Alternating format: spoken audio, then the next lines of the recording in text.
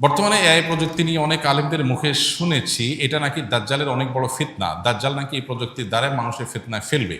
এই কথাটি কতখানি যুক্তিসঙ্গত তা কোন হাদিসের আলোকে পেশ করুন, আর এআই সম্পর্কে কিছু দিক নির্দেশনামূলক বার্তা দিন। এআইকে দাজ্জালের ফিতনা বলছেন অনেকে, এটা তাদের গবেষণা, এটা তাদের ইস্তিহাদ, লাহু ফাহাম। যিনি বলেছেন এটা কোনো হাতমি বিষয় না, এটা কোনো কোরআন সুন্নাহ বর্ণিত মানসুস কোনো বিষয় না যে হ্যাঁ এআই এর ব্যাপারে হাদিস কোরআন আসছে। কোনো আলেমের গবেষণা, তার কাছে মনে হয়েছে যে এটাই আস্তে আস্তে মানুষকে দাজ্জাল ফিতনার মতো বিভ্রান্তির দিকে নিয়ে যেতে পারে। তো কোনো আলেমের গবেষণাকে গবেষণার পর্যায়ে রাখতে হবে, এটাকে ওহির পর্যায়ে নেওয়া যাবে না।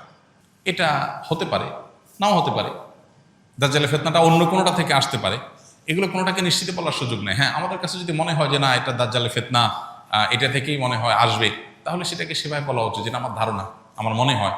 মানুষকে সতর্ক আমি করতেই পারি, বাট নিশ্চিতভাবে আমি বলে দিলাম এই রাইট আমার নাই, কারণ আমার কাছে ওহি আসেনি এবং আমি এটা বলতে পারি না অন্য কোনো ওয়ে থেকেও দাজ্জালের ফিতনা আসতে পারে।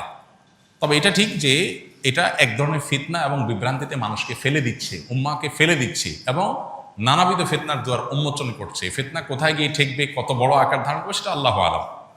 পাশাপাশি এর ব্যবহারের কথা বলেছেন।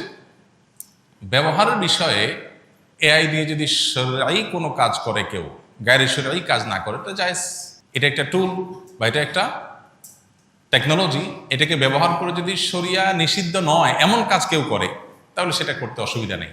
কিন্তু শরিয়া যেটা নিষিদ্ধ সেরকম কাজ যদি কেউ করে, প্রতারণামূলক কিছু করলো, কোনো সৃষ্টির অবয়ব তৈরি করলো, এমন কিছু করলো যেটা শরিয়া অনুমোদন করে না, তাহলে সেটা এআই দিয়ে করলেও নাজায়েজ হবে, অন্য কোনোভাবে করলেও কি হবে, নাজায়েজ হবে, হারাম হবে। অনলাইনে গেম খেললে টাকা ইনকাম করলে এবং অন্য কোনো প্রাণিত করলে বা আকর্ষণ করলে এটা কোন কাতারে দাঁড়াবে? এটা পরিষ্কারভাবে গুনাহ এবং নাজায়েজ কাজ। প্রথমত এমনিতেই গেম খেলা জায়েজ কাজ না, সময়ের অপচয়, এবং নানা কারণে সেখানে নাজায়েজ হওয়ার বহু উপাদান সেখানে থাকার কারণে সেটা নিষিদ্ধ। এরপরে আবার সেটা দিয়ে টাকা কামাই করবেন, এগুলো বেশিরভাগ ক্ষেত্রেই মানুষকে জুয়ার দিকে নিয়ে যায়। আর সবচেয়ে বড় কথা হলো এটা টাকা কামাইয়ের শরঈ কোনো উপায় বা পদ্ধতি না। অনেকে আছেন যে অ্যাড দেখে টাকা কামাই করেন, যে অ্যাড দেখলেন, যত দেখলেন তত কামাই করলেন, এটাও না জায়েজ। কারণ এই অ্যাডগুলো যখন দেখতে যাচ্ছেন সেখানে মিউজিক সহ হারাম বিষয় আসছে, আপনি হারামে লিপ্ত হয়ে তারপরে কি করছেন, টাকা কামাই করছেন।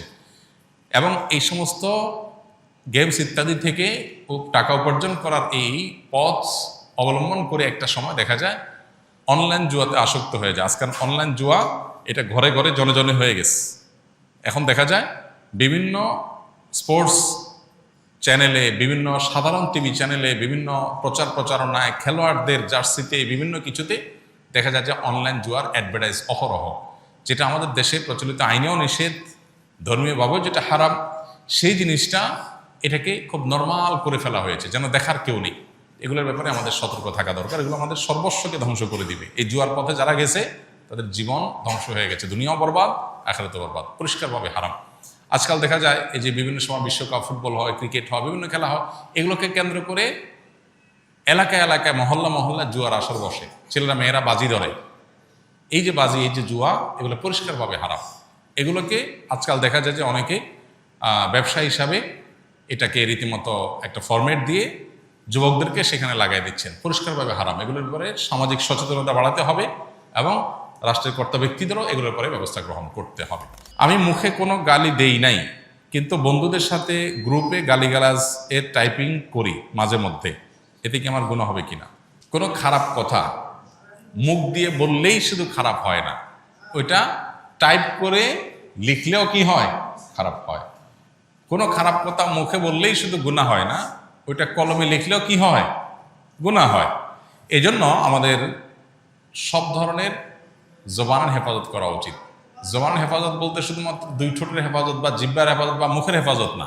জবান হেফাজত বলতে আমি যতভাবে এই জিনিসটা প্রকাশ করতে পারি ততভাবে আমাকে হেফাজত করতে হবে। এই জন্য ভালো কথা মুখ দিয়ে বললে যেরকম ভালো, লিখলেও ভালো।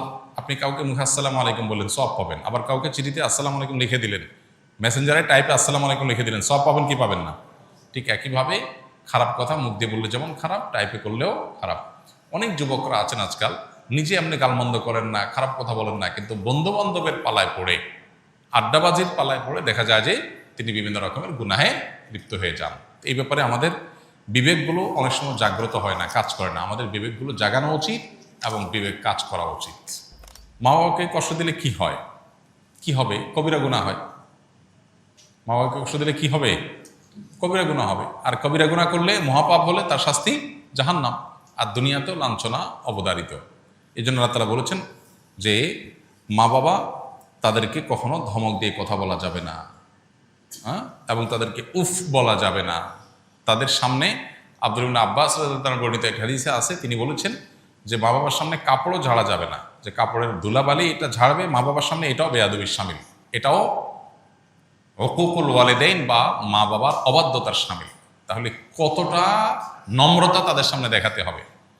আমরা আজকাল ছাত্ররা, অনেক ছাত্ররা শিক্ষকের সামনে যেরকম মর্যাদা দেখায়, যদিও সেটাও আজকাল হারিয়ে যাচ্ছে, মাদ্রাসার ছেলেদের মধ্যে এখনো আছে, ওস্তাদের সামনে যেরকম মর্যাদার সাথে বিনয়ের সাথে নিজেকে উপস্থাপন করে মা বাবার সামনে সেরকম থাকতে হবে।